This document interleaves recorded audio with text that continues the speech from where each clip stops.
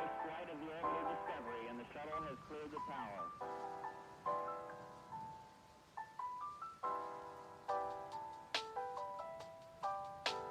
Discovery's core computers now have primary control of critical vehicle functions.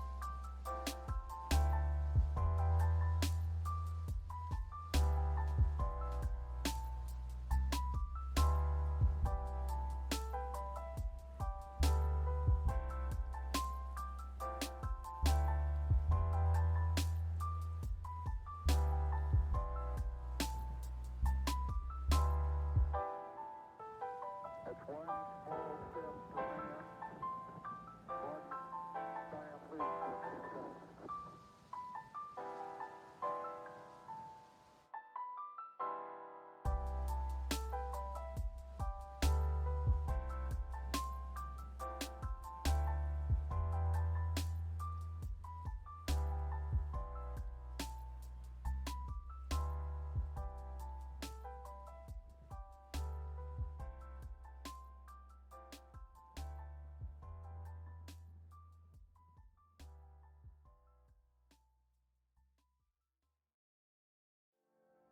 Scribe is how you stop explaining the same thing over.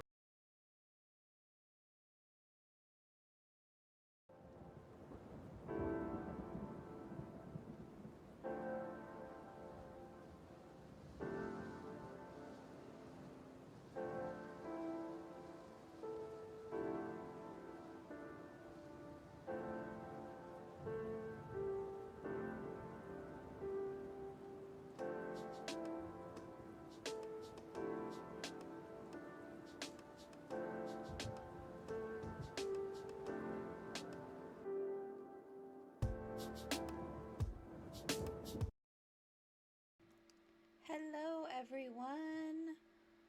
Man, I really need to get like a little transition thing. I feel like just going from starting screen straight to this is a little jarring, you know?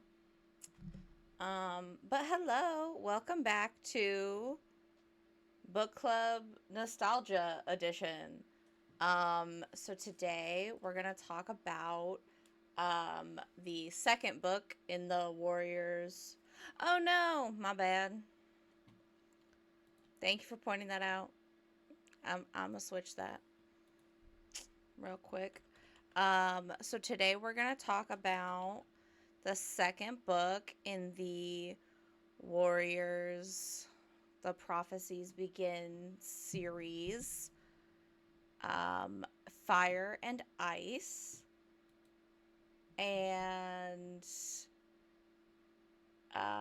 okay, cool.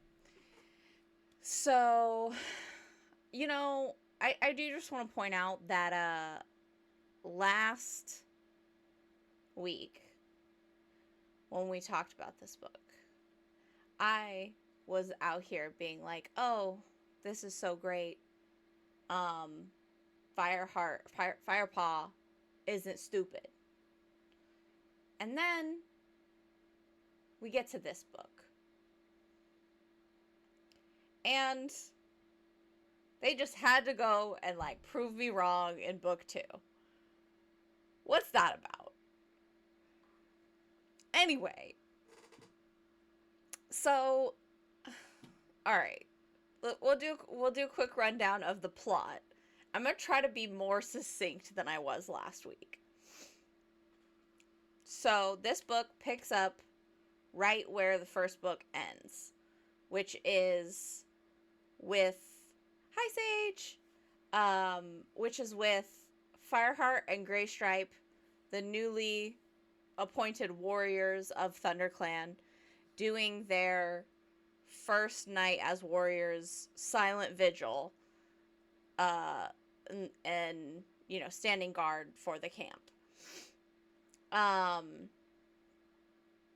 And Fireheart is still kind of really in his head about Tiger Claw and what Ravenpaw told him, that Tiger Claw killed, you know, the previous deputy. And he's like, oh, I gotta tell Blue Star, like, she needs to know that her deputy is a traitor and all this stuff. And then, you know, finally they get relieved the next morning, like, oh, your vigil's over. And they go to, like, eat and then lay down. And while sleeping, Fireheart has a dream where he sees what we know to be, from the prologue, where Wind Clan has ended up. Which is, after reading the book, you realize underneath an overpass, where, like, all of these, highways intersect, and there's a, like, camp there of sorts, with people that have built, like, a fire. And Fireheart sees a cat walking in front of this fire. And he's like, oh, could this be what Spotted Leaf was talking about with her prophecy that fire will save the clan? And this is, again, number one. Strike one. Again, and after I did talk to Squish about this a little bit, where, like, obviously Fireheart is not a very, like, you know, full of himself, like, proud kind of cat. So he's not gonna just jump to the conclusion that he is the fire that will save the clans. And listen, we'll get to that. But it is, again, like, and obviously we have the benefit of being the reader, and so there is that level of, like, dramatic irony, right? We know that he is the fire that will save the clans, but at the same time, this cat, like, literally has the thought of, like, what could Spotted Leaf have meant by the fire, like, fire will save the clans. And immediately after he has that thought, another cat calls his name out loud. And that's the point where I'm like, you didn't even have, like, an inkling. Like, it wasn't even, like, a possible consideration that maybe you are the fire that will save the clan. But that, anyway, beside the point. So Fireheart has this dream. He doesn't know what it means. He thinks maybe it has something to do with Spotted Leaf's prophecy. Then they, you know, go about their day, and there's a gathering coming up. So they're going to get to go to the gathering as, you know, new warriors. And we do also start to see this kind of, like, tension with Dustpaw and Sandpaw, where, like, they were made apprentices before Fireheart and Greystripe, and they're still apprentices after Fireheart and Greystripe are made warriors. But so they all go to the gathering, where we learn that Nightpelt, one of the cats that fought with the ThunderClan cats against Broken Star in ShadowClan, is going to be the new ShadowClan leader, but he has not yet made the journey to the Moonstone to get his 9 lives and his star name. And he's planning to do that the next day. And then he proceeds to tell everyone there that ShadowClan still needs to hunt in their territories. Or, hi, Sobek. Sorry, I forget. I think Crooked Star tries to say some shit. Hold on. I gotta pull the book up. We gotta get this right. Alright, but essentially, during this gathering, both ShadowClan and RiverClan basically say that they don't want... They're like, no, we can all just hunt in WindClan's territory now, because they're gone. And Blue Star is like, no, there have always been 4 clans in the forest. There needs to be 4 clans in the forest.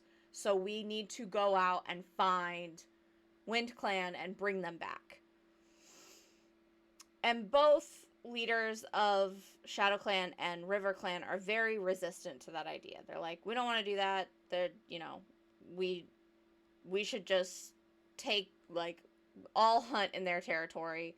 It's more food for us. But they reluctantly agree to Blue Star, because Blue Star basically reminds ShadowClan, hey, we saved your ass. So you owe us. And so everybody reluctantly agrees. They make their way back, and we also find out from Blue Star that RiverClan is let's see, what does it say? At the gathering, some of the RiverClan elders spoke of Two Legs taking over part of the river. So we're starting to hear about humans moving into the clan territories and, like, taking over part of the river, taking the fish. So RiverClan now has less fish and less food than they're used to. So that's why they're wanting to also hunt in WindClan territory. And they basically are like, we have to be careful that we don't do anything to kind of push RiverClan and ShadowClan closer together to, like, form an alliance. And the next day, Blue Star calls Fireheart and Graystripe and tells them that she wants them to go find, like, she's sending them on their first warrior mission, and they need to go find WindClan and bring them back. Oh, you know what? I totally missed a thing. On the way to the gathering, Fireheart finally gets Blue Star alone and tells her what Ravenpaw said about Tiger Claw. And Blue Star doesn't believe him. She's like, but she believes that Ravenpaw told Fireheart this, but she's like, oh, Ravenpaw has a big imagination. Did he actually see this happen? Or, like, he was probably just making it up, all this stuff, because they're basically saying that if Tiger Claw killed Redtail, that means that Redtail killed Oakheart, which is, again, against the Warrior Code. And so they're like, you are questioning the, like, you're questioning the integrity of Redtail, who was a, like, very well-respected warrior and deputy. So they're like, it must have just been, like, you know, Ravenpaw making it up, or, like, you know, he has a really wild imagination, all this stuff. And kind of, like, makes Fireheart second-guess himself. Like, he's like, oh, maybe I'm wrong. Like, maybe it's not, whatever. But so yeah, the next day, she sends them to go find WindClan and bring them back. Such a rigged quest, by the way. Yeah, brand new warriors who are still apprentice age. Let's send them to find a missing clan that nobody knows where they went. That's so fair, and like, I absolutely agree. I think the only like explanation that they give in the book is that Fireheart and Greystripe just traveled through like WindClan territory to go to the Moonstone, and so like they have some knowledge of it. But again, like, I don't know, it doesn't make sense because like those are your least experienced warriors, and you're just gonna send them like where you don't even know. Like, they do end up in a place with like a ton of two legs that are extremely dangerous. Like, it is actually insane. But they managed to pull it off. They travel through WindClan territory, where they do in fact find RiverClan cats hunting and failing to catch the rabbits that are up on those like windy plains. But they travel all the way through WindClan territory. They travel past the farm where they met Barley. They cross a thunder path, and they finally happen upon the WindClan cats, who have made a like makeshift den, like not even really a den. They are kind of just like huddled together in this like tunnel underneath a road. And they're all starving pretty much. All of the like older cats are not doing well. Like, there's one cat who literally just gave birth, and they convince them to come back to the forest, and they start that journey back home. And again, there's one cat who literally just gave birth. This kit isn't even opening his eyes yet. And so everyone like takes turns carrying the kit, and we get these really, like, to me, very heartwarming scenes of Fireheart like kind of building this bridge of trust with Morningflower, and like taking care of her kit and like making sure that he stays safe. And when they go to like cross the thunder path on the way back, they're like getting the elders across, who are like, not able to move very quickly, and they literally almost get hit by a car, but it like swerves out of the way, like slams on its brakes and swerves out of the way, which I will say is a very nice like reverse of, I guess foil would be the word, of what happens in the first book, where a car literally swerves out of its way to try to hit Firepaw, as he's like about to cross the thunder path.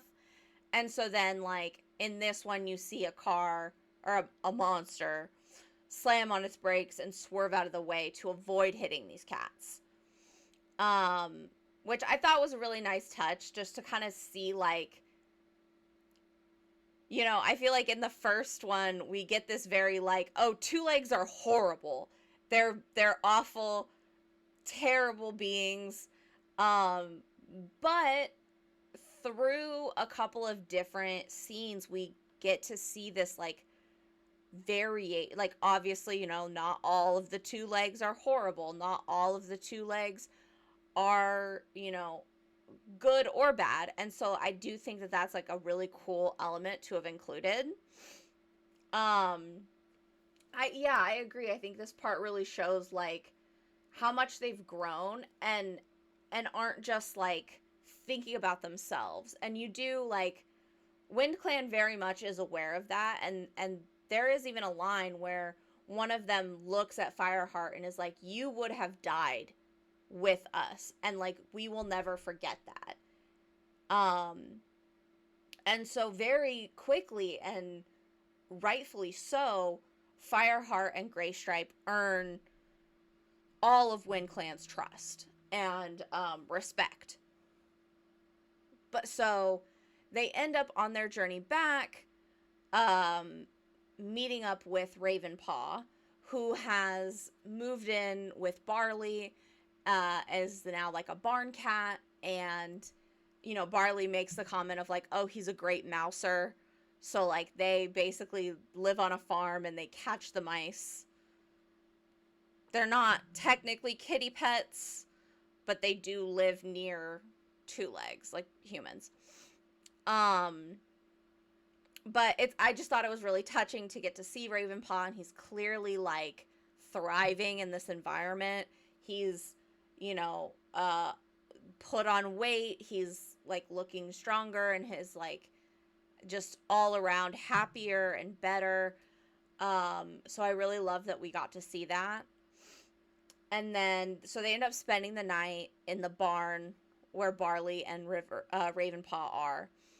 And then the next day, as they're about to leave, the WindClan medicine cat sees a omen from StarClan that there's going to be an unnecessary death today.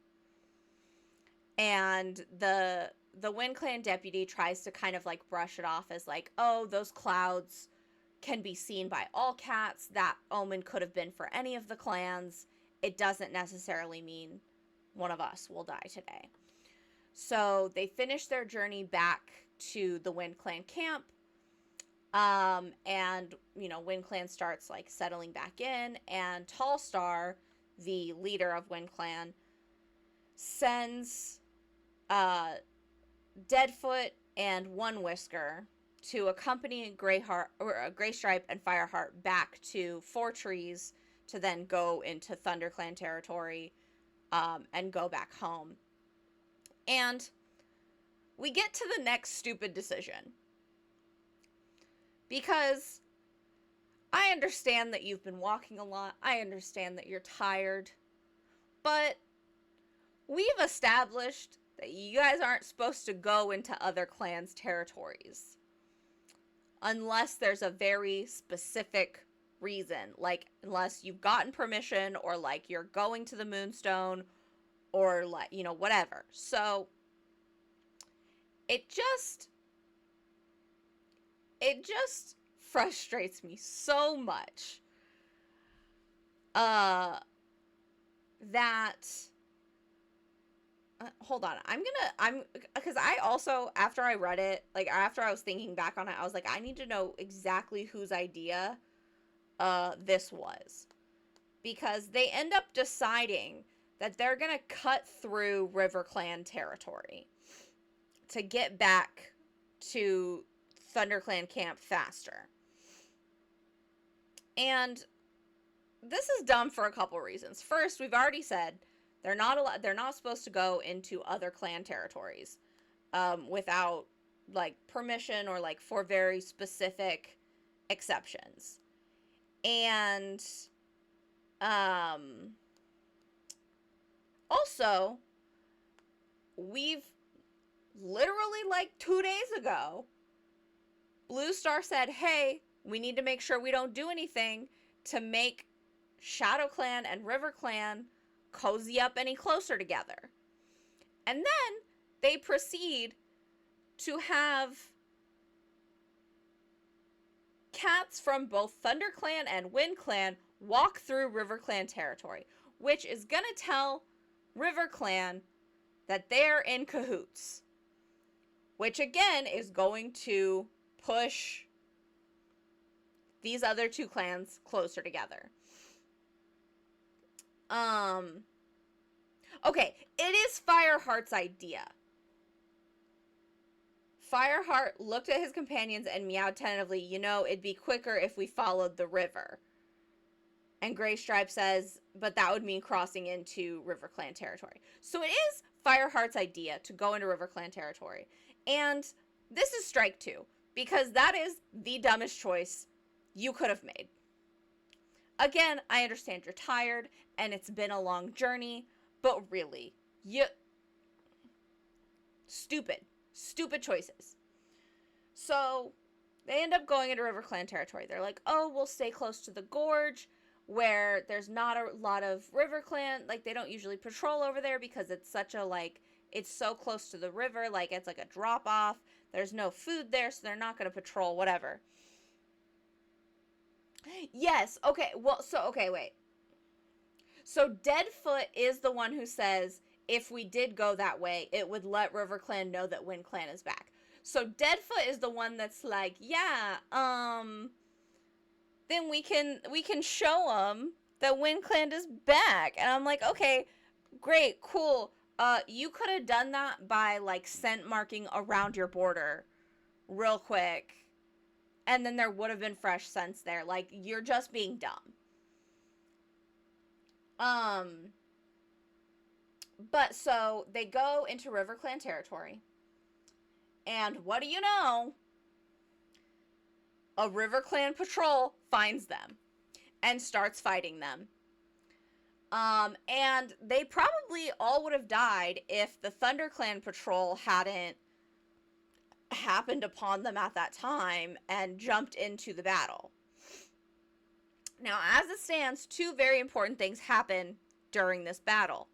First, Fireheart saves Sandpaw from falling into the river. And she, gets all uppity about how she doesn't need to be saved. She can fight her own battles or whatever. And then, as she's saying that, one of the River Clan cats falls over the cliffs into the river. And I don't know if it was just, like, the distance of the fall or, like, how tumultuous that part of the river is or something, but it is made very clear that this cat dies when he falls over. And it happens when he was fighting with Graystripe, but Graystripe didn't, like, push him over the cliffs. Like, Graystripe does, for the most part, up to this point, stick to the warrior code. He wouldn't kill someone. Unless he had no other option. But the fighting just kind of took the River Clan cat over the edge. And the reason that I say I don't know if it's, like, the distance or, like, if it was just, like, a really, like, tumultuous area of the river is because, like, River Clan is supposed to be good swimmers. Like, their whole thing is that they hunt in the river, like, they catch fish. And so, like, they're supposed to be strong swimmers. So I would think that if it was, like, a shorter fall or, like, the waters were calm and there weren't, like, rocks and stuff at the bottom, like, sharp rocks at the bottom, theoretically he should have been able to just, like, swim out. Okay, a mix of a giant drop and deadly rapids. That makes sense to me. And it's also, I think, like, raining at that point or something, and so then, like, it's gonna, like, but so that does make the omen kind of true, right? We now have an unnecessary death. Yeah, I mean, I feel like it's interesting because, like, there are some descriptions that will stay consistent, and I think most of those are in like Thunder Clan territory, which makes sense. Like, they're gonna be the places that Fireheart frequents the most, so obviously, like, they're the things we're gonna give the most attention to. But yeah, like, there's not a whole lot of description, I feel like, in the other territories of, like, actual, like, lay of the land. But, again, it's written in a way that makes it very clear that, I believe White Claw is the name of the warrior that fell, makes it very clear that he died in that fall. Yes, White Claw. And so then all of the other River Clan cats get very upset. And it's very clear that they blame Graystripe. That Graystripe blames himself. And obviously Tiger Claw isn't too happy with them about it.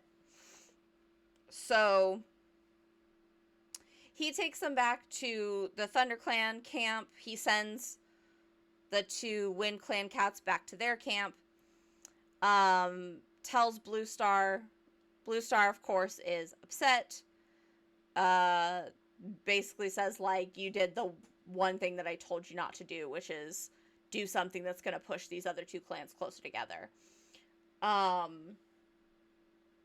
And you know, they're obviously like, oh, it was an accident. Like, Graystripe would never do that. Like, and like, you know, all this stuff. They were just like, Wind Clan was just escorting us back after like a long journey. And they're like, okay, but do you really think that the River Clan cats are gonna see it that way? Like, no, you're being dumb. And again, we see this like recurring thing where a lot of the other cats basically tell Fireheart that, like, he, like, just remind him that he's an outsider, that he's not clan-born, that, you know, he doesn't understand the ways of the clan cats. And this is, again, another one of those times of Tiger Claw just being like, you still don't understand clan ways, like, you shouldn't have entered their hunting grounds, you know, you shouldn't have done this, whatever. So they unfortunately are like, oh, well, I guess, you know, we have to prepare for an attack from River Clan. Looking at the map is confusing because sometimes when knowing some details. But I think if my memory serves right, the gorge starts off with a literal waterfall to give that sheer drop, but then the river is back to normal again further down the strips of territory. Yeah, I think looking at the map, there is like that waterfall, kind of right at like the juncture of like Wind Clan and River Clan, and then like it kind of lowers down as you get farther along River Clan territory. But yeah, so Blue Star decides that because they need to prepare for an attack from River Clan, they need more warriors. And so she is going to promote 2 kits, 2 apprentices, and that Graystripe and Fireheart are going to be their mentors. And Fireheart is like super excited about this, but he's also like kind of just concerned about Graystripe because Graystripe is clearly not doing okay. And yeah, no, absolutely, like, wild that we're again gonna be like the 2 newest warriors. We're gonna give them apprentices, who, again, not only are they the 2 newest warriors, they're technically not even the age that warriors normally are, because they were promoted to warrior early. So again, wild choice. And Blue Star does, and again, they do try to explain this a little bit, with Tiger Claw basically being like, shouldn't it, you know, go to someone more experienced, like, you know, Longtail or Darkstripe, they could take on, like, another apprentice, and Blue Star says, like, yeah, I thought about that, but, because Longtail just got an apprentice, Swiftpaw, which I believe is his first apprentice. Oh, no, have fun in DC. Thanks for stopping in, Squish. Can't wait for next Thursday. Anyone, by the way, anyone who wasn't here last week, in talking about warriors and a lot of our history with warriors, because this was a beloved book by many of us when we were younger, basically led to Warriors D&D. So that is in the works, and will be streamed on this channel whenever we, get everything up and running. But yeah, I'm super excited about it, and I can't wait. But sorry, okay, I did miss one of Sage's comments. Yeah, you just killed an enemy warrior on our on their territory and likely caused a war. You're also still apprentice age yourself. Here, train our children for us. Yeah, no, it's honestly wild. Like, truly insane that she basically was like, yeah, you guys severely fucked up. And in fact, have caused a lot of problems for us. But we're just, you know what? Just go ahead and take some apprentices. It's fine. Don't worry about it. And again, Tiger Claw is like, basically trying to be like, somebody, this person could take it, this person could take an apprentice. Like, why are we giving these children some more children to look after? And Blue Star basically says, like, some of the other cats, they already have, their hands full with their current apprentices, and also, like, this other warrior, like, does not have the patience or temperament to be a mentor, which, you know what? Good on her for recognizing that. And she really should have recognized that with Tiger Claw, because I still stand by the fact that he was a terrible mentor. He just wanted the... Again, I have a thing about, like, teaching and mentorship, because I did go to school to be a teacher. Like, that is something that is very, like, teaching is something that is so important to me. And whenever I see depictions of teachers that are just awful to their students, just horrible and mean and just vindictive, like, it makes me so angry, and I will always hate that character. And we'll get into that more when we talk about the Harry Potter series. But anyway, Blue Star decides she's gonna give Fireheart and Gray Stripe apprentices, because they need more warriors. So, the next day, that night, or the next day, whatever, they do the naming ceremony. Gray Stripe's apprentice is a very timid little guy named Brackenpaw. And Fireheart's apprentice is a very precocious little girl named Cinderpaw. And I love the both of them. They are, the two of them are Frostfur's kits. I love the two of them. They're both great. I love the, like, juxtaposition between the two of them.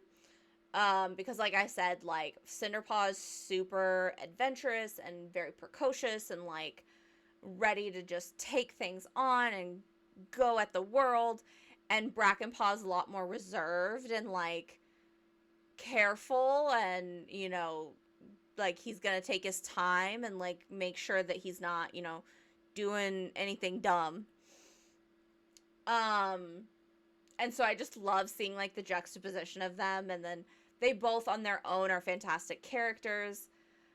But so the first day of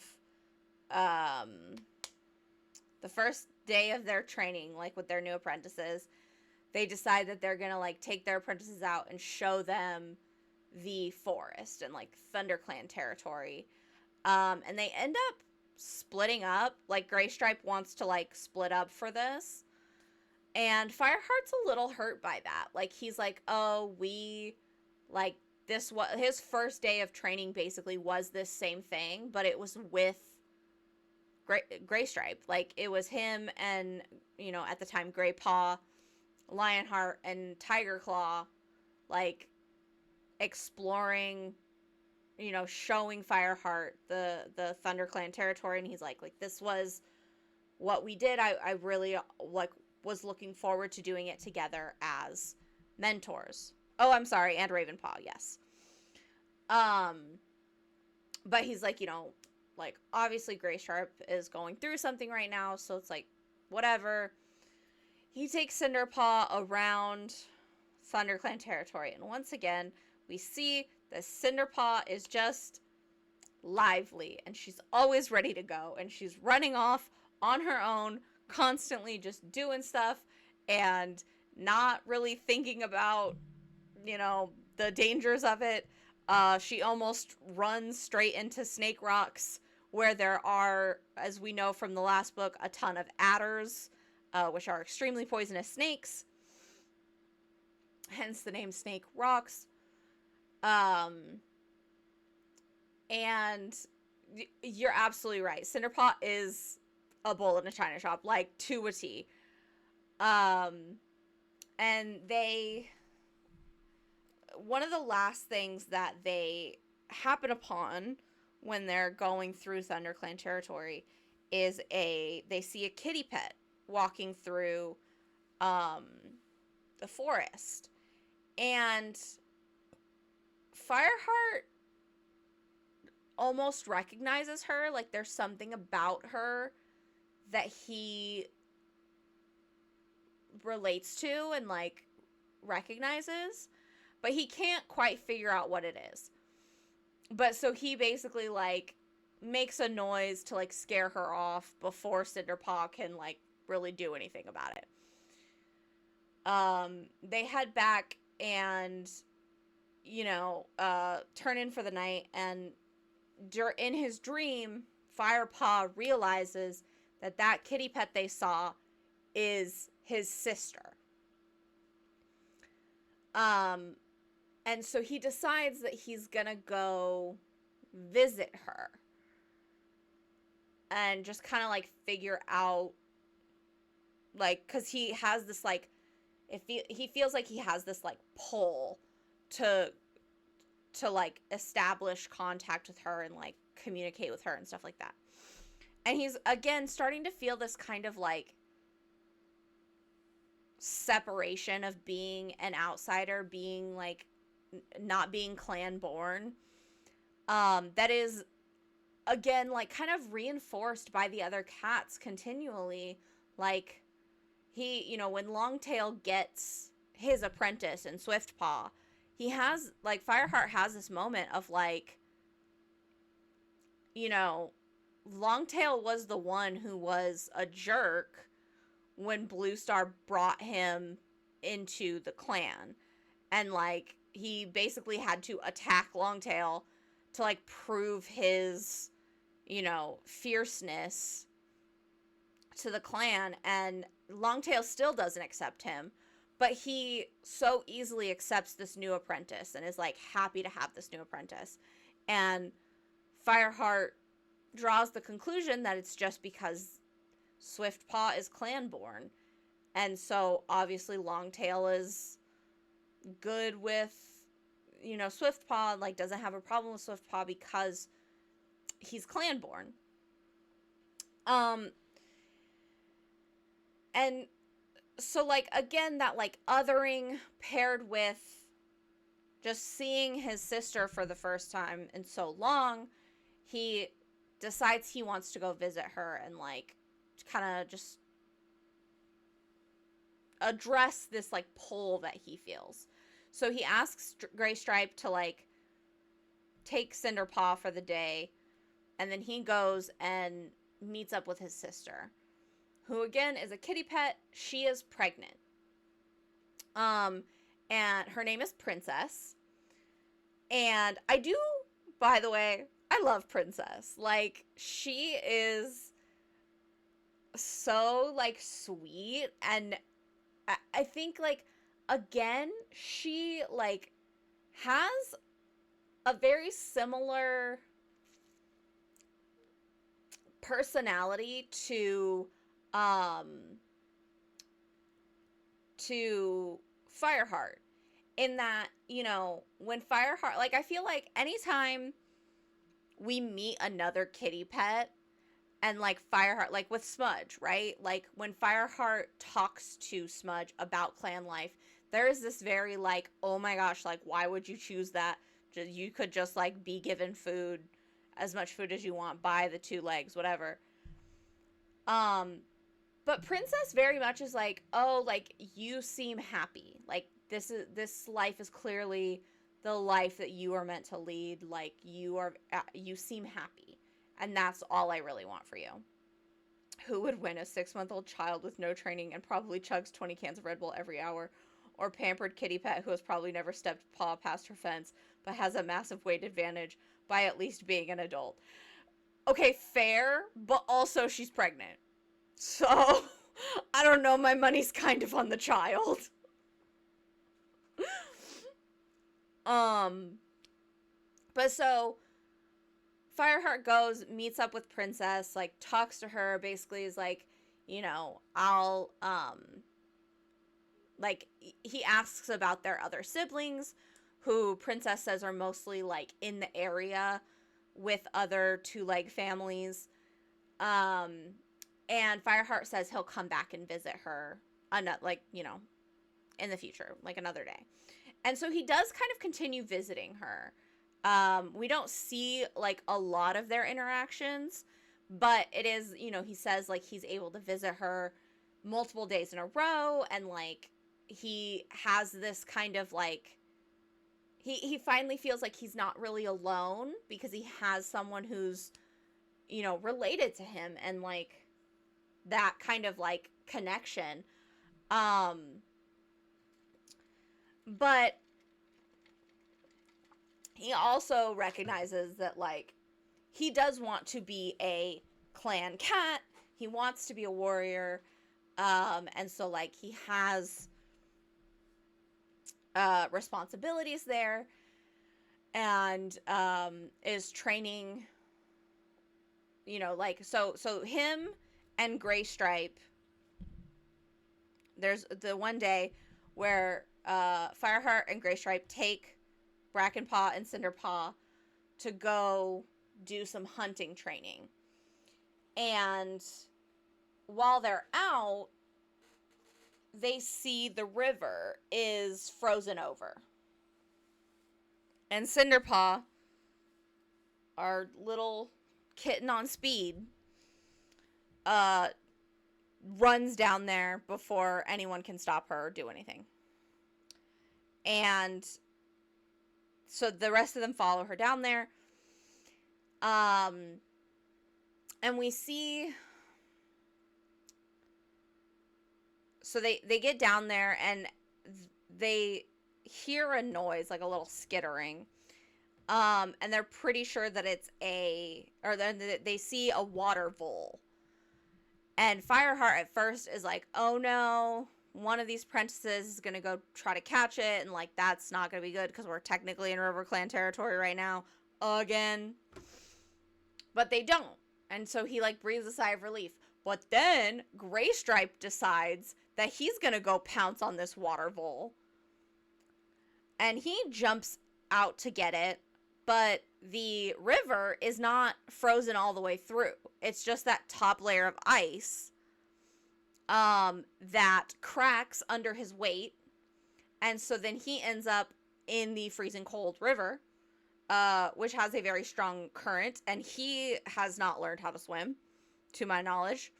And so Fireheart's freaking out, trying to rush after him to like find a way to get him out of the river, when all of a sudden this gray or like silver she-cat jumps in the river from the River Clan side and snatches up Gray Stripe and like starts swimming to the shore.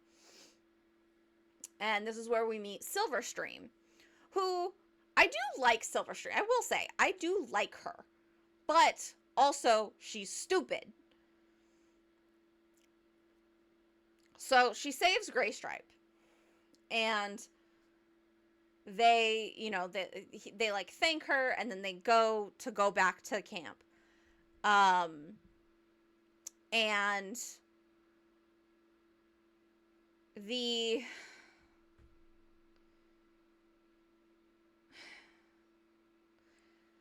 the next, or like, sorry, hold on.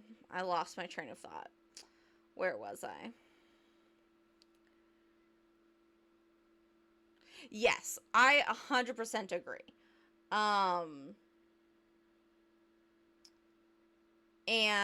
But so they go back and basically, like, Tiger Claw's like, why did you, like, why are you soaking wet, Gray Stripe? Like, it's freezing cold. Why are you soaking wet?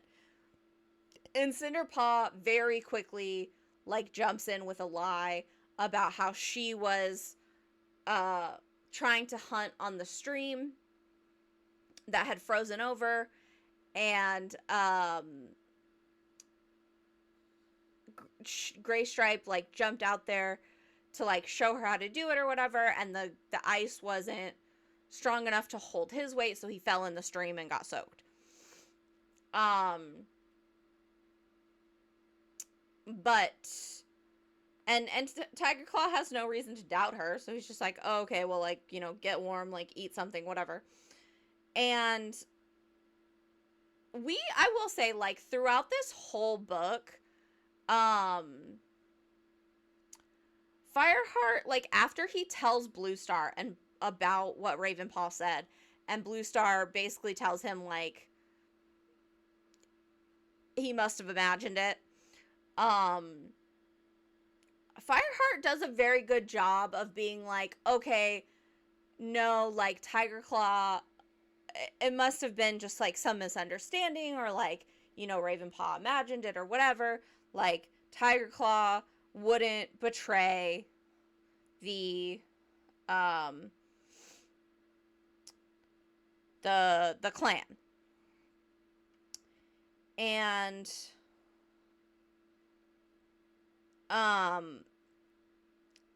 but he's still, again, an asshole. Like, Tiger Claw's character has not changed in this book. He's still a jerk. But Fireheart has pretty much convinced himself that he's not a traitor. But so then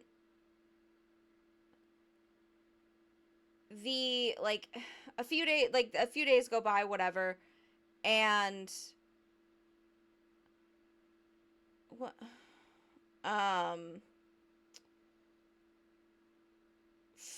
Gray Stripe is sick because he fell into a river while it's freezing cold outside, so he has, like, a bit of a cold. And so he basically has been told that he needs to stay in the den, and he needs to, like, you know, get better because they can't have this sickness going around the clan.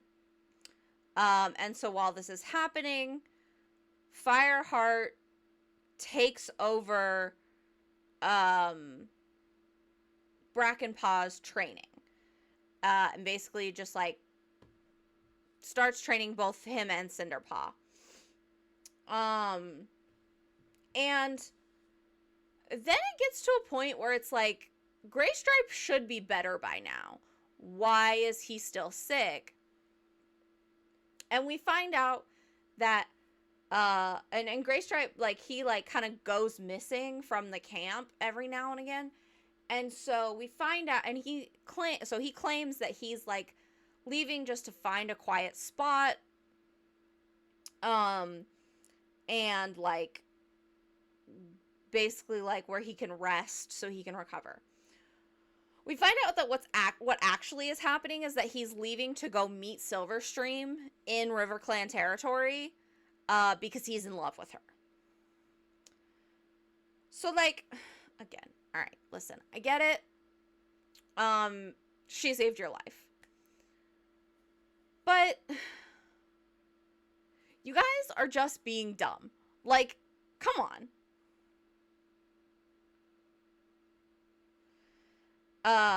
So anyway, but you know what? That's fair. She is banging. I'll give you that. But I will also say, okay, I have multiple issues here, and I'll get into it in a little bit. I'm gonna kind of go through the rest of the book first. So, Fireheart gets upset because he kind of took over Brackenpaw's training without anyone asking him to, and no one has really like acknowledged that he is like putting in this extra effort and like doing these extra things for the clan, because he clearly like cares about the clan, and he feels like, again, people are just like the other cats just like look down on him because he isn't clan born. And so he like gets kind of upset, whatever. And then other cats start getting sick. And it starts with a couple of kits getting white cough, which isn't great, but it's not like as deadly as green cough. So, but then the sickness kind of starts to spread. Other warriors are like sneezing and coughing. And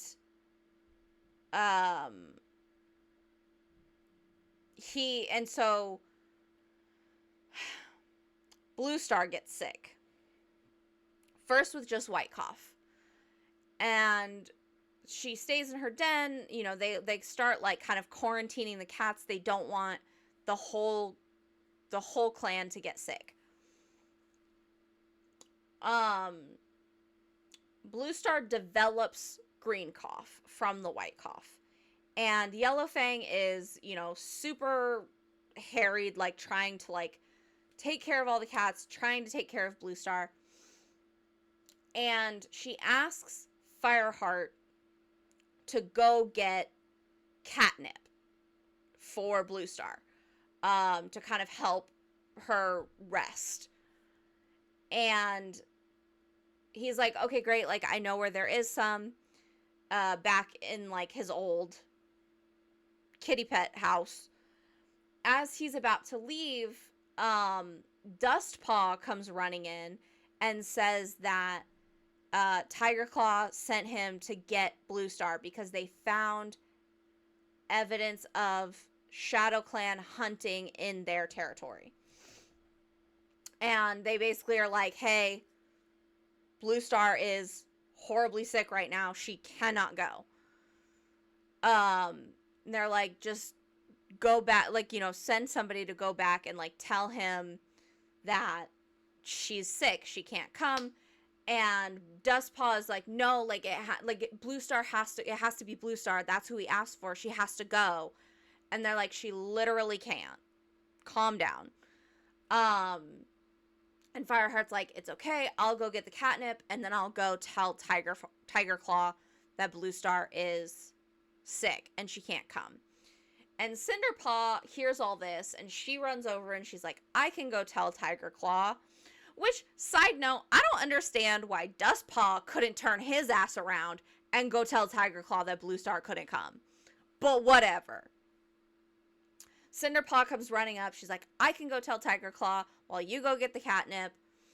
And Fireheart basically is like, no, it's too dangerous. Like, if there's Shadow Clan cats out there, like, you need to stay in the camp. And Cinderpaw is visibly hurt by this. So Fireheart runs off, gets the catnip, brings it back, gives it to Blue Star, or gives it to Yellowfang to give to Blue Star. And then he's like, okay, I'm going to run out to go tell Tiger Claw. But then he notices that Cinderpaw is missing. And no one knows where Cinderpaw is. And so he's like freaking out. He's like, I have to go find her. But I need to go tell Tiger Claw that like Blue Star is sick, whatever. So he's like, well, let me find Graystripe and get him to help me. Graystripe is nowhere to be found because he is hanging out with his girl. So Fireheart gets irritated because he's like, every time I feel like I need Graystripe there to help me, he's nowhere to be found. So he runs off.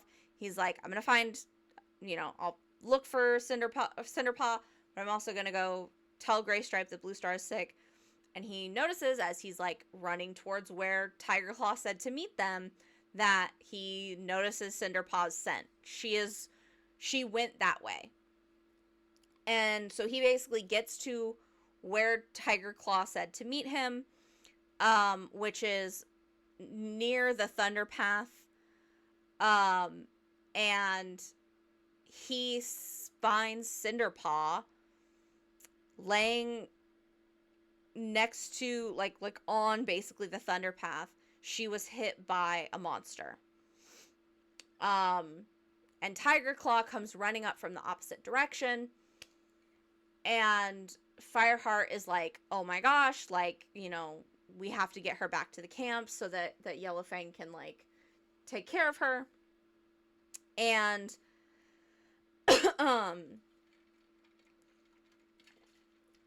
the Tiger Claw's like, why would you, like, let her, you know, why would you send her out here? And Fireheart's like, I didn't. Like, listen, Fireheart's being stupid in this, but he's not that stupid. So, anyway, they get her back to the camp. Yellowfang starts, like, treating her. One of her paws, like, one of her legs is broken. And Yellowfang pretty early on basically says, like, she's never going to be able to be a warrior. And so at this point, like, Cinderpaw has been hit by a monster. There are several cats that have white cough. Blue Star has green cough. You know what? That's so fair. I'm kind of surprised it wasn't either. Feels like something they would do.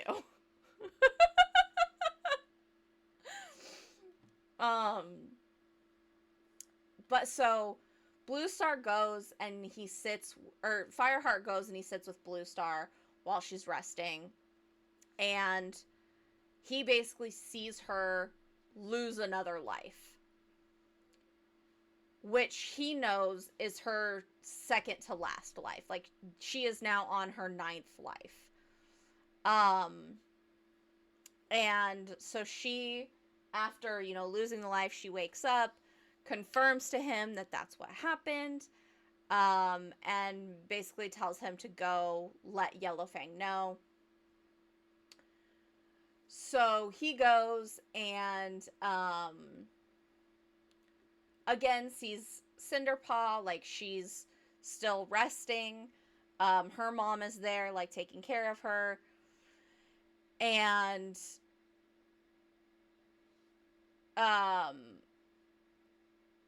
Gray Stripe, you know, like, basically comes up to Fireheart and, like, says something. And, like, Fireheart, again, is just, like, super pissed at this point. Like, you haven't been around when I've needed you. And, like, then Gray Stripe is, like, getting all, like, angry back at Fireheart. Because then, like, you know, basically Fireheart was like, you have to stop seeing Silverstream. Like, this is dangerous.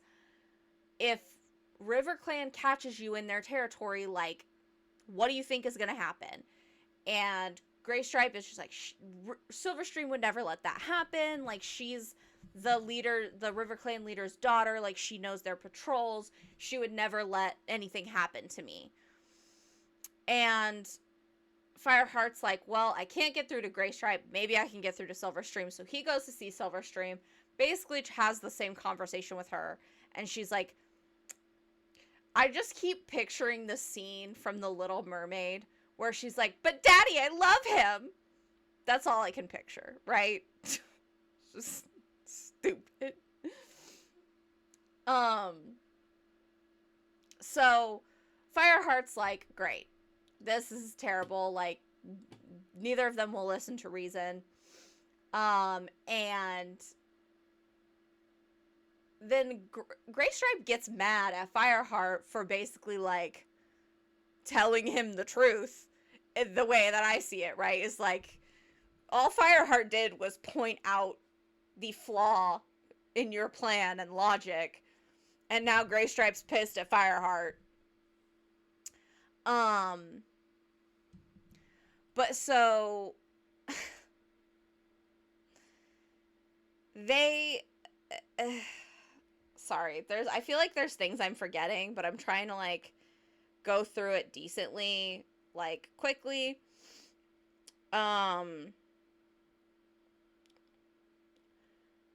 But so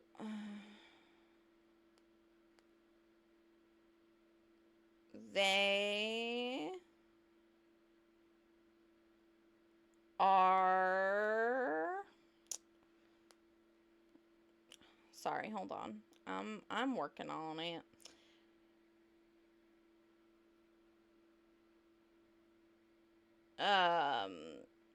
Yeah, that's where he talks to Silverstream.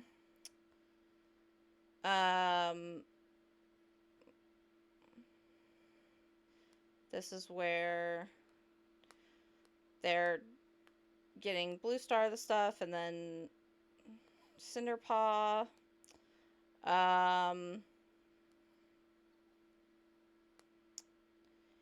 And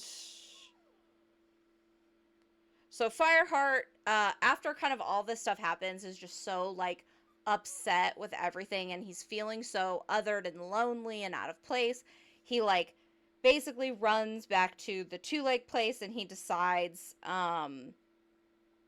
he's gonna get more catnip. And that's so fair. Okay, and I will say, like, so the first book I got as a physical book from the library. The second book I got as an ebook on Hoopla. But then the third and fourth books I got physical copies from the library. And book 3 and book 4 are much bigger than book 1 was. And bigger than what book 2 seems to be. I'm not positive because, again, I got the ebook, so I can't, like, compare visually, but, like, book 3 and 4 seem to be much bigger. But yeah, so Fireheart runs to go get more catnip, and then while he's there, he basically runs into Princess again, and she's, like, really close to having her kits.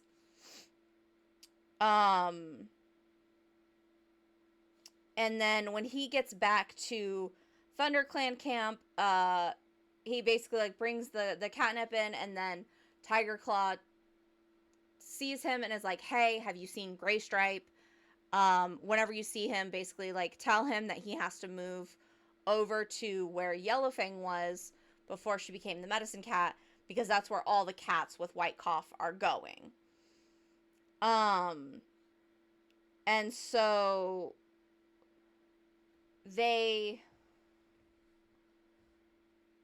so then when he does finally see Graystripe, and tells him that, Graystripe is like, no, like, I don't have white cough anymore, like, Yellowfang cleared me this morning, I'm fine, whatever. And so it's like, okay, cool, whatever. Anyway,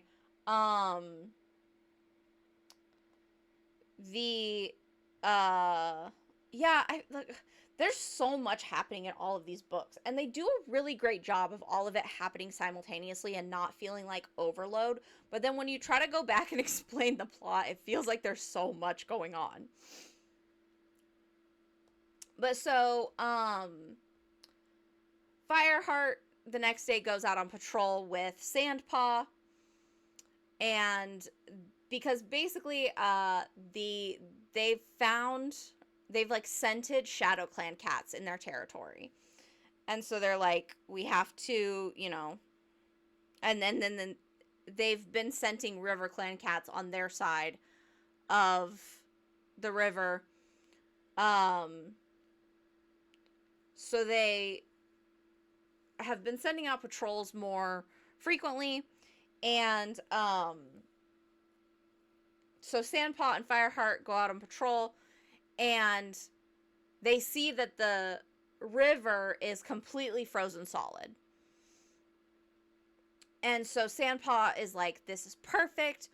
We can send like a patrol over into River Clan territory to like find a hunting party and make sure they know not to hunt in our territory anymore. And so they run back to the camp, and they tell them, and Fireheart starts kind of like getting nervous because he's like, what if like Graystripe has to like fight RiverClan cats? Like, is he gonna be able to fight them? Is he gonna be able to like have ThunderClan's back? And like is kind of doubting it, like kind of like doubting whether he can trust Graystripe or not.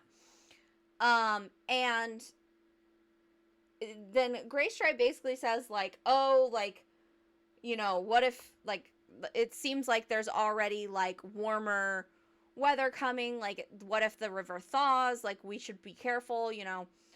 And so then Blue Star decides that rather than waiting until nightfall for all of them to go, they're just gonna send a smaller party right now.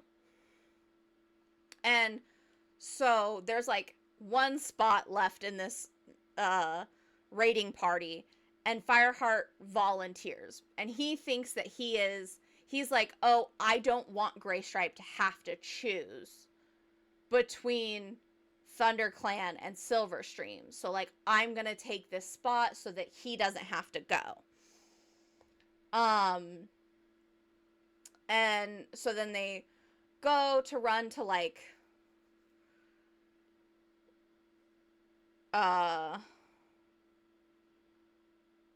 they go to run into RiverClan territory, and the river has already started thawing. So they're like, oh, well, we'll have to wait. We can't go now. Like, so they turn around and they go back to camp. And then it's at this point that Graystripe decides that he's going to confront Fireheart, and says like, and basically like attacks him and being like, you don't trust me, and like, how could you like question my loyalty, and like, I can make my own choices and all this stuff. And Fireheart's like, I was trying to protect you.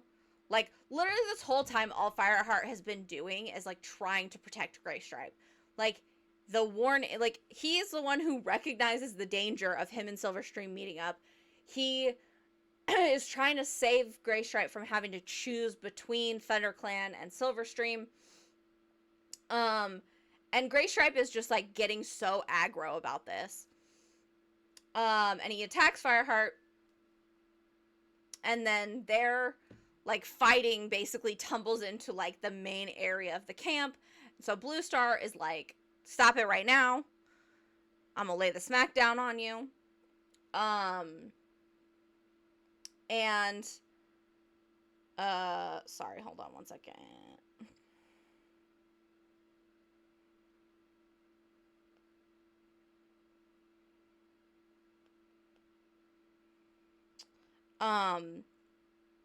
So they stop, they basically like get pulled apart, and Blue Star calls Fireheart into her den and is basically like, what was that about? Fireheart's like, I'm sorry, like, I can't tell you, like, I can't, like, he's like not gonna betray his friend.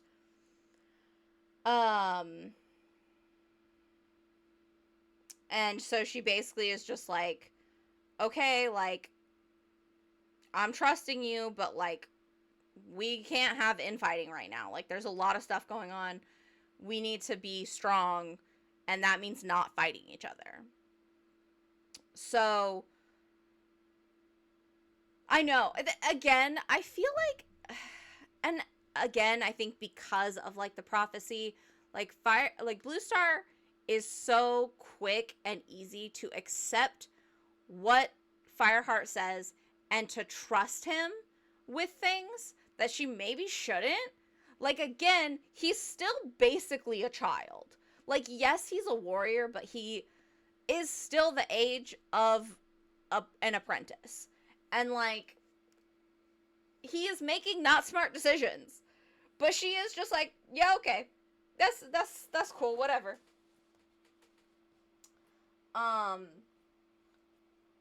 So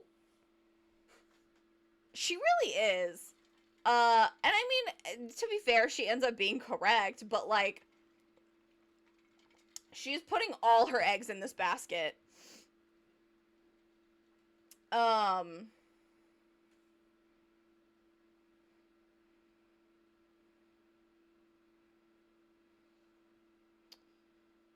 So anyway, then they basically like go. So Fireheart goes to see Cinderpaw again. She's like starting to recover, but she's still, not great. And obviously, like, we've gotten to a point already where we're like, she's never going to be a warrior. Yeah, can you imagine if this was just like some random cat that like was not the prophecy at all, and she's just fully trusting all these things to him? So anyway, they basically send out most of the cats on a hunting party. Because, they're like running out of food. Like, most of the food is going to be like rotted soon, so like they need to go catch more, like, fresh. And they the other thing that I will say is, like, you're also starting to see through this book that Sandpaw is starting to trust and like be friendly to Fireheart. She's, like warming up to him a little bit. But so they all go out on this hunting trip. They all like kind of split up. Fireheart ends up going over to the Two-Leg place, and he ends up meeting up with Princess again. And Princess is like, here, take one of my kittens and bring him back to your clan to be a warrior. And here's the thing. Again, I appreciate what we're doing here, right? Princess is very thoughtful. She wants, Fireheart to have a, like, a connection, like a familial connection within the clan. And it's, it is very sweet. Like, she wants her kit to, like, grow up to be as, like, courageous and strong as Fireheart. But again,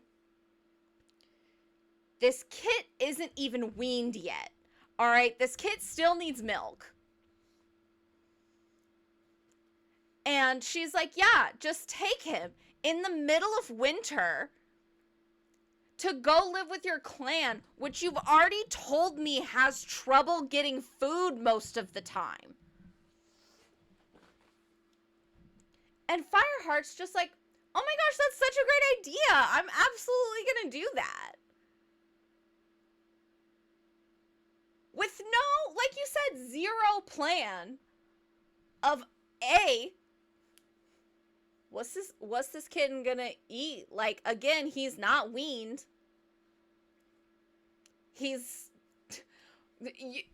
You don't produce milk, my man. What are you gonna do? And also, again, not stopping to think, hey, I am facing, like, extreme prejudice from the other clan cats because I'm not clan born.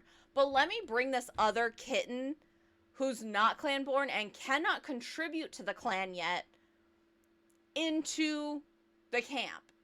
Like, thinking that that's gonna go well. So basically, he shows up at ThunderClan camp. He really does. He really shows his orange cat potential in this book. He shows up at camp with this kitten, and basically everyone is like, you dumb motherfucker. Why would you do this? But perfect, perfect plot armor. Everything ends up being fine, right? Basically, like, they decide, because his argument is like, we need more warriors. And so I brought a kitten to be a warrior, even though he's nowhere near old enough to be a warrior yet. But it's fine. So, what ends up happening, basically, is Frostfur, who is one of the queens, she, like, basically is like, hey, or Blue Star does decide to let the kitten stay. She names him Cloud Kit because he's all white, and says that he can stay. Frostfur goes and says, like, hey, he will be more comfortable in the nursery. And Brindleface, another one of the queens, just lost one of her kits last night. So she has extra milk. So, like, let's, take him to the nursery and ask Brindleface to, like, care for him. And Brindleface does end up adopting this kit.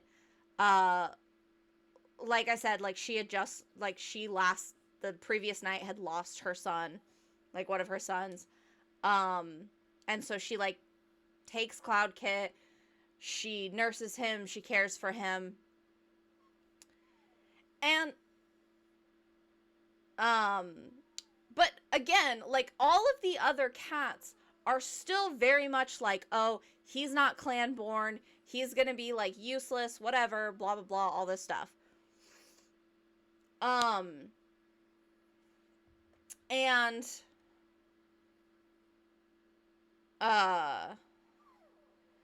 so, Graystripe does, during this, like, debate, end up standing up for Fireheart and basically says, like, if Cloudkit has Fireheart's blood in his veins, like, he's gonna be just as formidable a warrior. But so, again, people are still very prejudiced against the kitty pet born cats. And despite that, Fireheart continues to, like, devote himself to the clan. One of the mothers in the clan just had her child die. Let me bring home this newborn baby. That same place before they're... Yeah, no, for sure. Like, don't get me wrong. On the one hand, I'm like, man, that's real fucked up. On the other hand, like, it is interesting because, like, there are examples of animals in the wild who, like, will lose a child and then essentially adopt another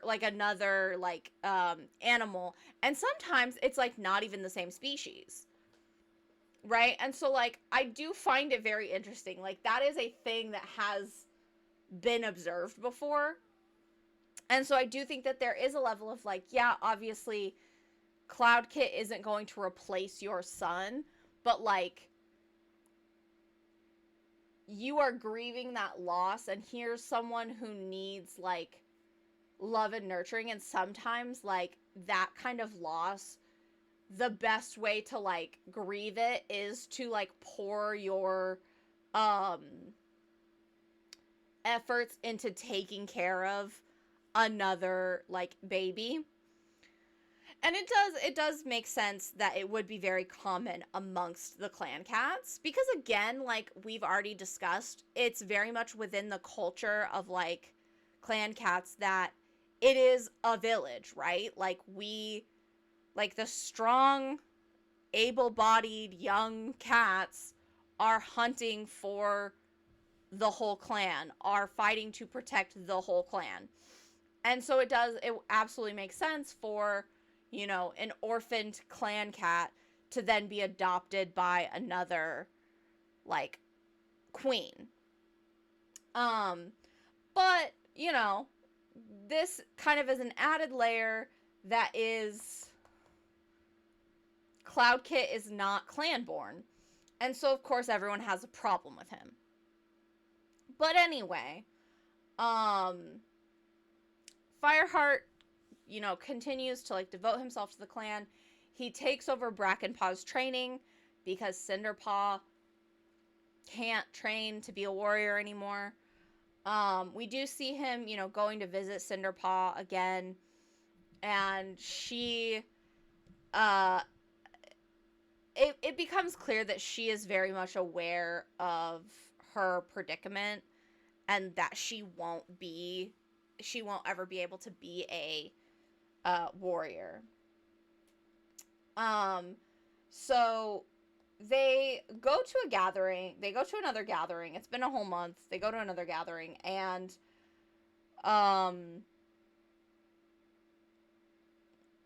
yeah, no, for sure, like, Cloud Kit really wasn't a kit in need. Like, they basically, like, put him into a position to be in need, but he would have been absolutely fine and, like, happy and healthy staying where he was.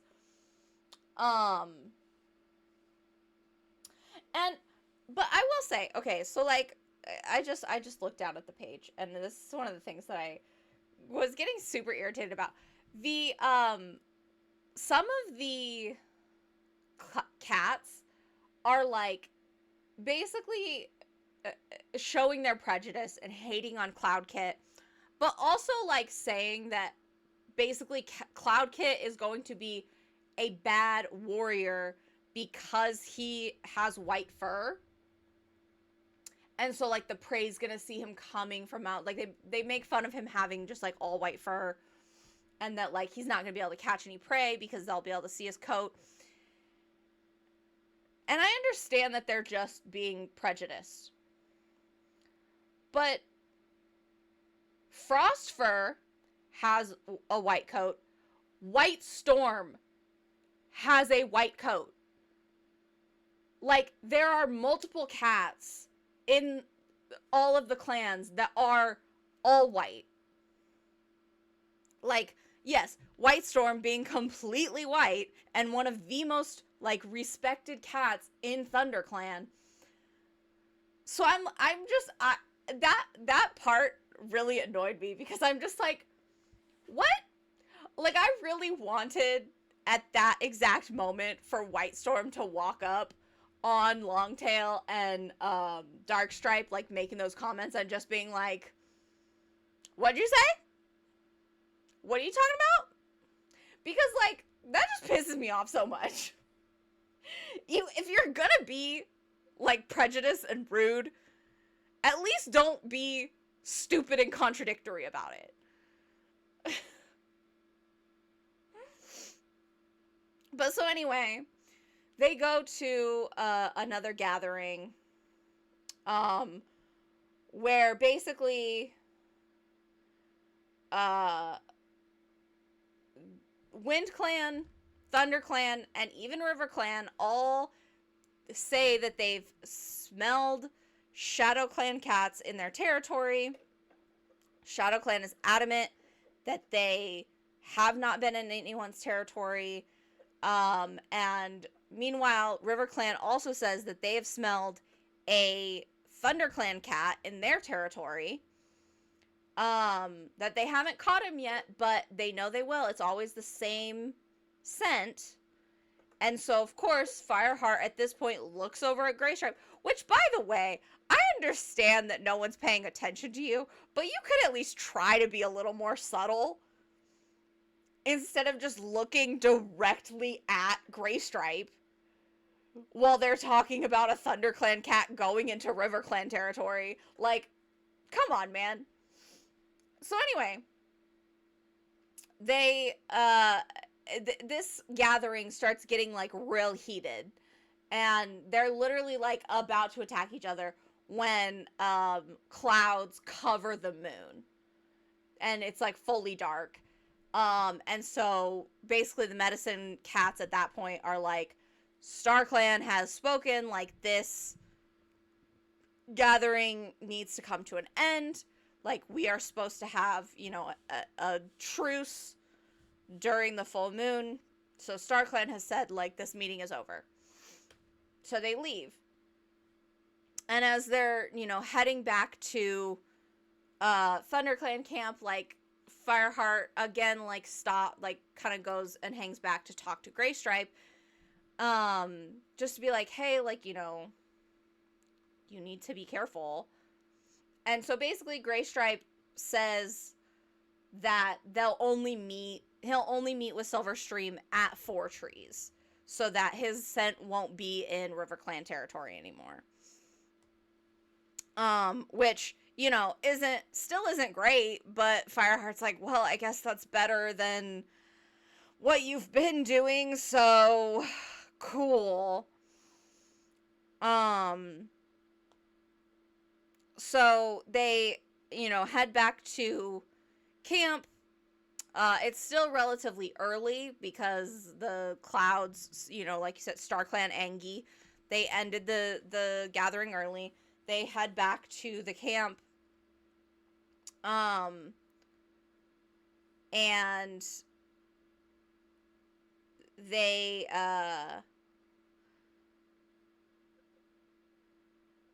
sorry, I'm double checking to make sure I haven't, like, missed things. So basically they get back to camp. Blue Star, calls a meeting with ThunderClan and basically says, like, RiverClan and ShadowClan are, like, the greatest threats at this point. We need to be prepared for the possibility that the two of them will join together against us and attack us. And so they decide they're gonna up patrols more and have them, going more often. And they, so Fireheart gets sent out on a patrol the next morning. It's crazy to me sometimes just how reliant the clans are on StarClan. Like, they're, that's fair. I feel like it's very, I don't know. It's really interesting because, like, it is clear in this book, as we've talked about, it is very fantasy coded. And so it is clear in this book that, like, StarClan does exist and has some power. But again, I think, and so it feels, it's interesting because I feel like reading it as someone who is, like, personally, I am, like, very much agnostic in that, like, I don't know what's true. But I'm like, I need a lot of proof before I'm ready to believe something. And so, like, reading it as someone who is on that, like, it's obviously clear in this book that they are real and they do provide warnings. But I also think that a much larger part of it is, like, this veneration, like, for our ancestors. And, making sure that, like, we are honoring them and listening when they tell us things, And I do agree, like, sometimes if you're stupid, you're stupid, But that being said, like, StarClan does seem to help them out quite a bit. But so the next morning, Fireheart goes out on patrol with, White Storm and Darkstripe and Running Wind. And they find ShadowClan scent. And then they end up finding bones left by whoever was hunting in their territory. And it smells like ShadowClan.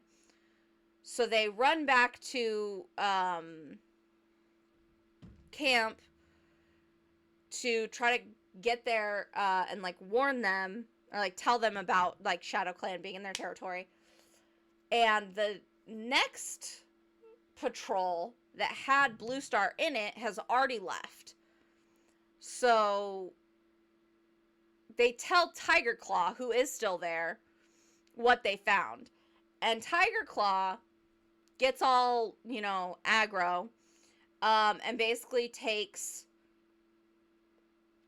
everyone that was in that party except for Tiger Claw, except for Fireheart, to go lead a raiding party into ShadowClan territory to, like, basically be like, hey, don't friggin' hunt on our hunting grounds. And like I said, the next patrol has already left. So, while they're there, like while they, after, everybody leaves except for Fireheart, he realizes that he is the only warrior in the camp right now. And then Yellowfang comes out and smells the bones and realizes that the scent on them is technically a Shadow Clan cat, but is in fact Broken Star, the Shadow Clan leader that they drove out of Shadow Clan at the end of the last book. And so Fireheart realizes, oh, we need to get to Tiger Claw and let him know before he attacks Shadow Clan, because it would be, wrong at this point to attack them. Like, the actual legitimate Shadow Clan did nothing. But also, I am the only warrior in this camp right now. And the only other people here that can really fight, like, so obviously, like, the queens can fight, but the majority, like, the only people here that can really fight, that are like warriors and apprentices, are him, Dustpaw, Sandpaw, Brackenpaw, and Yellowfang. Which, Yellowfang is the medicine cat, but she was a warrior before she was a medicine cat, so she knows how to fight. So Fireheart is like, someone needs to warn Tiger Claw, but I can't send any of the people that are gonna be, like, good in a fight. So he sends Brackenpaw to go warn Tiger Claw. And he, like, it's such a difficult decision for him because he just keeps seeing Cinderpaw's body, after she got hit by the monster. And he's, like, terrified that he's basically just sending Brackenpaw into the same fate. But he doesn't have another choice. Like, if he sends either of the other two apprentices, like, he's down a fighter. So he sends Brackenpaw to go get Tiger Claw, and then he jumps up on the high rock and basically calls everyone together and says, like, it's Broken Star who's been hunting in our territory. Most of the warriors are out on patrol. Like, we, basically, like, elders and kits, get to the nursery, and, like, hide yourself in there. Broken Star walks into camp, basically is like, oh, this will be easier than I thought.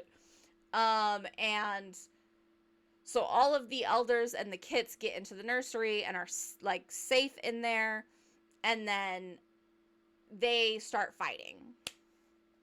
And there is this really interesting, like, moment in the fight where, like, it's like Spotted Leaf is fighting with Fireheart, and, like, helping him and, like, aiding him as he's, like, fighting these people. Because remember, Crooked Star is the one that killed Spotted Leaf. This is, in fact, the first smart thing Fireheart has done the whole book. And you know what? He gets props for that.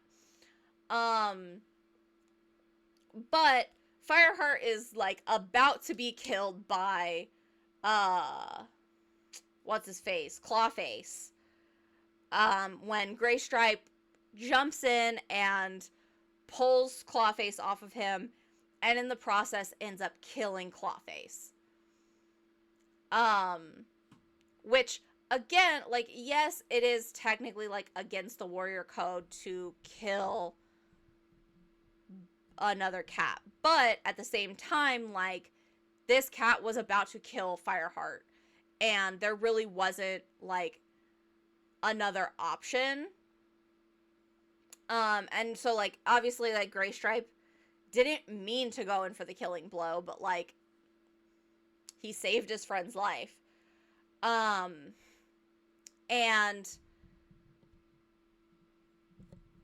So all of the other, so Clawface dies.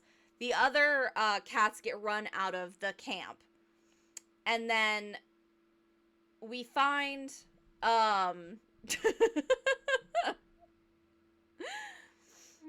that's so fair. So then we find Broken Star in the medicine den, and Yellowfang has blinded him.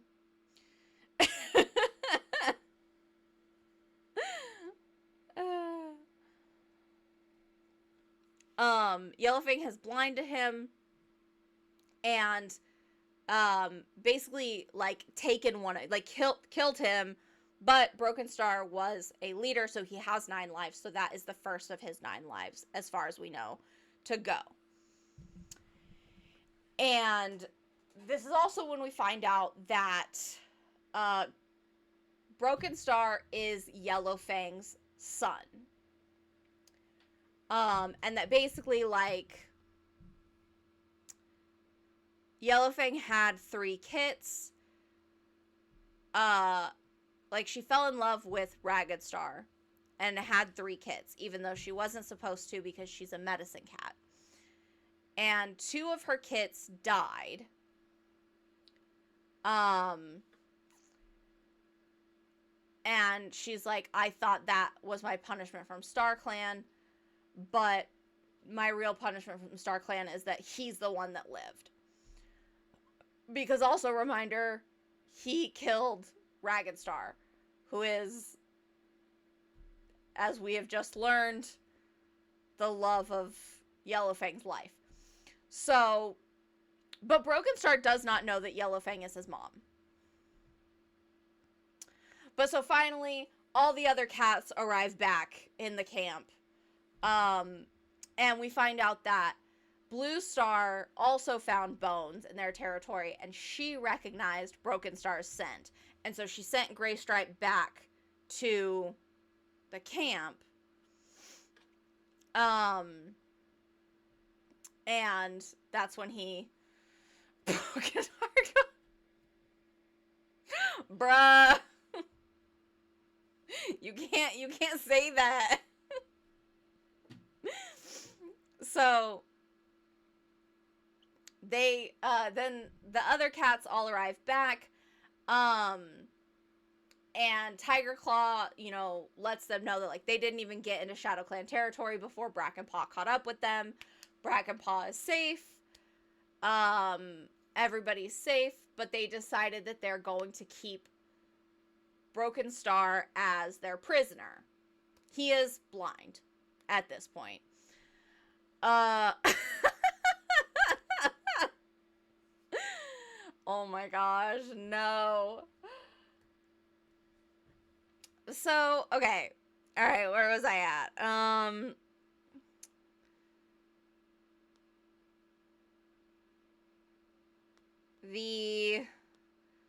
So yes, they come back. Everyone's fine and safe.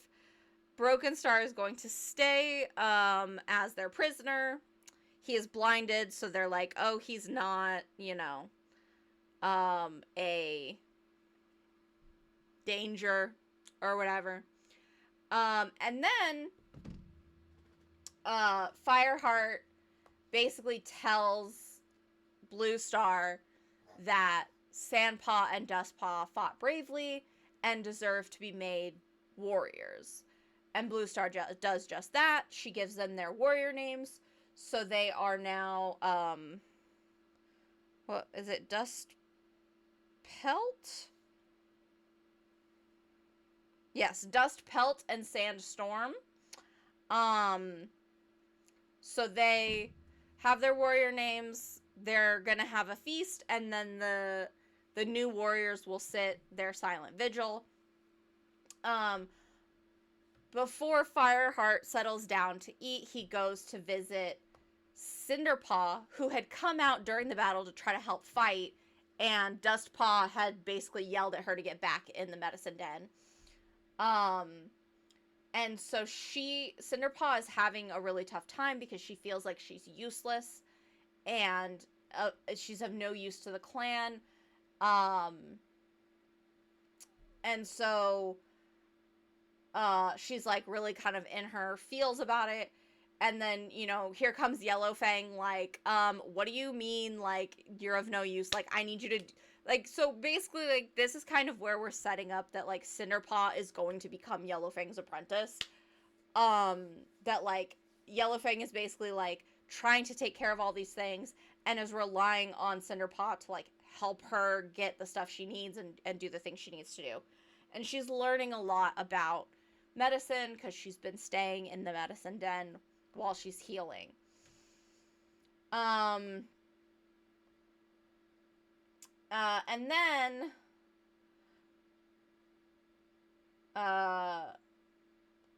they go. Oh, I drink water now. Alright, guys, I'm trying to finish by 8. I'm sorry. So, basically, at this point, the other two, like, big plot points, Brindleface's kits go missing, and they're like, oh my gosh, where are they? Fireheart's freaking out, so he, gets Sandstorm to help him, like, find these kits. First he looks for Graystripe to try to help him, but hey, guess what? Graystripe's not fucking there again. And, so they, you know, run out. Basically, they find out it's the middle of a snowstorm. Like, a really bad snowstorm. Because they're literally falling in the snow as they walk. They find these kits huddled next to a tree. And Cloud Kit is off in the distance. And they find him, and they basically went out because Cloud Kit was like, I'm gonna go hunting. And so he convinced the other kits to leave the den, the camp, and go hunting. And hey, guess what? He caught a thrush, I think. Which is very cute. But also, baby boy, you can't do that. You gotta stay in the camp because you're still just a kitten. So they bring him back to the camp. Brindleface is like super happy that they're okay. Blue Star is like, you guys know better than to leave the camp. You're not supposed to. Like, you're just kittens. It's dangerous. Yeah, no, for sure. Like, and you know what? Here's the thing. I can give Fireheart a bit of a pass. He's an orange cat. He's supposed to be dumb. I don't know what Cloud Kid's out here doing. He's not an orange cat. He doesn't get that. He doesn't get that pass. Okay, you're just being stupid. But he is a very small child, so I will also give him a bit of a pass. Anyway, they get the kits back. Blue Star's like, you need to make sure that Cloud Kit understands the warrior code, because right now it's just his safety, but one day it could be the whole clan safety. So then the other big plot point is One Whisker shows up at ThunderClan camp and says that RiverClan and ShadowClan are attacking the WindClan camp, and he needs people to go help him. So Tiger Claw takes a bunch of cats to go to help WindClan fight these guys back. As they're running there, they realize that they're being followed, and it turns out that it's the kits again. Because Cloud Kit was like, Fireheart said that we would fight side by side one day, so I'm gonna go fight with him. And Fireheart's like, yeah, we will, but not today, you're still a baby. So he has Brackenpaw take the kits back to the camp, and the rest of them, you know, run to WindClan camp to help fight. And during this fight, they, you know, they're fighting RiverClan and ShadowClan, and Fireheart's keep... Oh, I'm so sorry, I did miss. Before this, Fireheart has a dream where Spotted Leaf comes to him and says, there's a battle coming. Beware a warrior you cannot trust. And Fireheart, like the dumb bitch he's been, in this whole book is like, does she mean Gray Stripe? So then they get to this battle. And they're fighting. And Leopard Fur, the River Clan deputy, is attacking Fireheart. And, like, literally about to kill him. And Fireheart sees Tiger Claw looking him dead in the face. And Fireheart calls out for help. And Tiger Claw does nothing.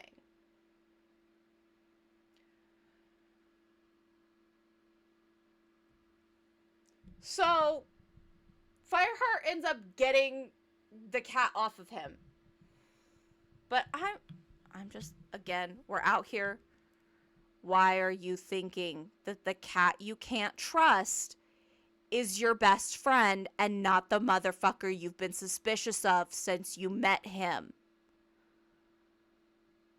You can't be that stupid. So, the other thing that happens in this battle is that Gray Stripe is very noticeably not attacking River Clan cats. And then Fireheart is like about, or like Silverstream ends up attacking Fireheart because she doesn't realize who he is. She's just kind of in the battle. And she like attacks Fireheart, but then Gray Stripe like yells her name, and so then she comes back to herself and like lets go of him, and Fireheart, again very much in the heat of battle, pounces on her, but then he looks up and he sees Gray Stripe, and so he just kind of like lets up off of Silverstream, and Silverstream runs away. And Dark Stripe sees all of this happen. Gray Stripe also runs after Silverstream. The battle ends up coming to a close. The Wind Clan cats are very thankful. And then Tiger Claw comes over. And I'm going to read you this exchange because it pissed me off. Hold on, I got to get there.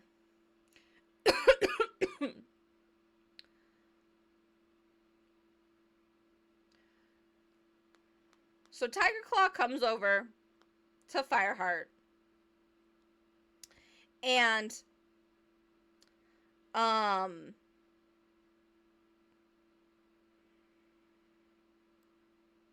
I skip it? Hold on. Oh, okay. So Tiger comes over. He says, Dark Stripe says you let a River Clan she-cat escape. And I'm out here like, I thought it was part of the warrior code to not kill. And so why are you coming out here and coming at me about letting her escape, quote unquote? Like, what are you talking about? And so I do very much appreciate, again, Fireheart does show his shining, you know, very rare moments of intelligence. And he responds back to Tiger Claw and says, yeah, she escaped, yes, like Crooked Star escaped from you. Why? Did you want me to kill her? And, like, again, the very rare moment, I'm just like, yes, thank you. Thank you for actually, like, recognizing what he's saying and bringing it back. Like, fuck Tiger Claw. I hate this man. Anyway, he basically is like, oh, Dark Stripe said you didn't even, like, give her a scratch. And Fireheart's like, did he now? Like, should he go catch her and see? Like, you can't fucking prove I didn't hit her, like, scratch her. But so anyway, Dark Stripe comes back. And him and Fireheart kind of, like, reconcile at this point. And that's where this book ends. And don't get me wrong, I really enjoyed this book. But overall, I do just want to say, it very much pisses me off. A, why'd you have to go and make Fireheart an idiot again? Why'd you have to do that? What was that about? But also, one of the things that, like, really got to me so much in this is that Gray Stripe finds Silverstream and then basically just, like, fucks off and doesn't talk to Fire, like, throws away his whole friendship with Fireheart for this girl. Like, Fireheart is coming to you because he's worried about you and he's scared that you're gonna get hurt if you keep going to see this girl in River Clan territory.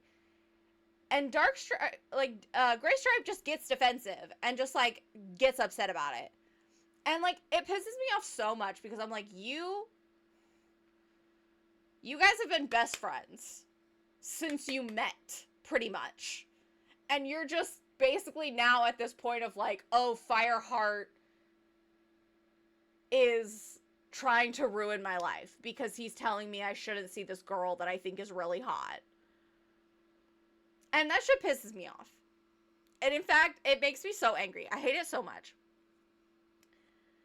But anyway, beyond that, I will say that I think this book is very interesting that it, like, I think is kind of going back to this, like, sort of, like, almost like nature versus nurture kind of thing of, like, oh, Fireheart is not clan born, and so he has this, like, there's almost this, like, narrative that we're kind of, like, going back and forth of, like, is he being pulled back to his kitty pet roots, or is he, like, really and truly a clan cat at this point? To be frank, I actually like Firestar being dumb this book because realistically he's too young to be in these situations anyway, so him being a dumb moron kind of feels better than him magically being this huge genius who gets everything right, especially since he's only been with the clan for a very short time. That's totally fair, and, like, so, and I will say, like, Kameko and I were kind of discussing this a little bit this week of, like, there are some things that, again, like, it feels like Fireheart is just being really stupid and obtuse and not getting them, but, like, I do agree with you. I think, like, he is very young, and so, like, it doesn't make sense for him to always be making the right choice and always be, like, you know, perfect and, like, doing the right thing. But at the same time, it is, like, a little frustrating because you set him up in book 1 as this character who is, like, very open to, like, learning and sticking to clan, like, the warrior code and clan life. And then you have him, like, breaking these rules in ways that, like, don't make, like, honestly, the biggest one to me was him going into River, like, being like, oh, let's travel through River Clan territory. Like, that makes zero sense to me. Because, like, you've already set up that while he is not clan born, he respects their, like, way of life and their rules. And so for him to, like, blatantly break it without, like, a very good reason, it doesn't make sense to me. Like, the reason is just, like, oh, my feet are tired. And that, I feel like, is not good enough. And, yeah, I mean, I feel like he absolutely could have just been like, hey, can we crash here for the night? And then, like, we'll head back. And there are, like you said, like, these kind of switches of, like, I do think that he very much is usually trying his best to be with the clan and following clan rules, but then, like, I think he just, like, I don't know if he just, like, gets excited about things and, like, forgets them or, like, what? But it's like, bro, you're selectively ignoring them, and it's a little frustrating. But I will say, like, oh, thank you, I shall sit up straight. I will say, like, it does, you know, humanize him in a way of, like, oh, obviously, like, he's not perfect. So I get it. But, overall, I think this book was really fun to read. I think it evoked a lot of emotions in me, which is always really fun for a book. And I think it almost, I will say, it does almost feel like a filler episode. Not in a bad way. Like, I love filler episodes, but I think, like, it feels like it's doing a lot to set things in place for the next story. And so it felt like there wasn't, like, a lot of plot necessarily moving forward in this book. But, like, they were setting things up for the plot to really take off in the next book. So I'm excited to get into book 3. He actively berates his friend constantly about following the rules when it comes to Silverstream, but a decision is what made Great Ship fall in such a bad headspace to fall for Silverstream in the first place. Yeah, no, well, yes, I 100% agree with that. And I did have this moment also of, like, when he's basically, like, berating Greystripe about going to see Silverstream. And I'm like, you are actively going to see Princess. Like, yeah, it's not technically the same because you're not going into, like, enemy territory, but you are breaking the rules. And you have gotten in trouble for talking to kitty pets before. So, like, make better choices. But like you said, he is a child. And so, like, he's not gonna have impeccable judgment. But like I said, I'm really excited for the next book. And it'll be interesting, you know, to kind of see, like, again, I vaguely remember the plot from reading these when I was younger. But I'm really enjoying this series so far of, like, reading older books that I loved as a kid, because I think, realizing a lot, like, I'm catching a lot more, which makes sense. I'm, you know, an adult now, and have a better reading comprehension skills, but this book was a lot of fun, and it like I said, I'm very excited to, like, read book 3. I think, like, that's, if I remember correctly, when stuff really starts to kind of, like, get into it. I'd like to continue on. I'm very excited for next Thursday. We're gonna have our session 0 for Warriors D&D. And I already have, you know, ideas for my character. I'm very excited, and I can't wait to see what everyone else has come up with. But yeah, has Kameko already gone live? I know she was planning to stream after this. Doesn't look like she has. Well, okay. Do you want to go live so I can raid you, or I can raid someone else, I guess? Yes, I'm very excited to see everyone's character ideas. I'm excited to see where, you know, this journey kind of takes me in rereading these books, to see what else I recognize. And yeah, I can't wait until next week. And thank you guys so much for joining me and participating in the book club. So, like I said, next Wednesday at 6, right? I'm not going to be on next Wednesday. In book 3, or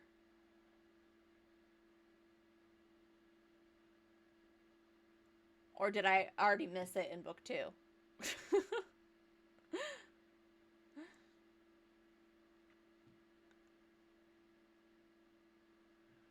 That's fair. I think it's interesting. I'm gonna try. Well, no, because I have library books, so I can't. I'm gonna try to take notes while I read through book 3, so that next week's book club is a little more put together. But yeah, so once again, thank you guys for joining me. Next week we will have another book club. It'll be book 3, which I believe is Rising Storm, or sorry, Forest of Secrets. Book 3 is Forest of Secrets. So I am excited to get into it. I hope I'll catch the detail that you're referencing, Sage. If not, you'll have to enlighten me when we get there. And yeah, let's go ahead and we will raid into Kameko's stream.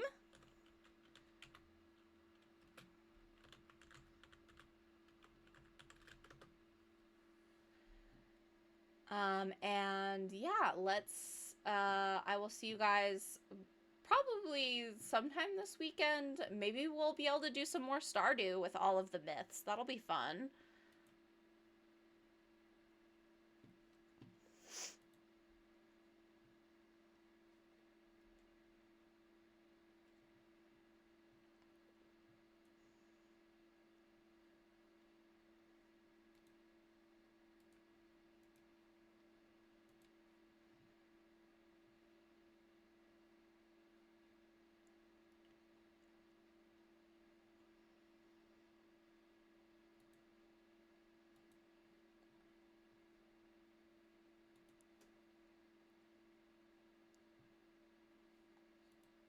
Did we not?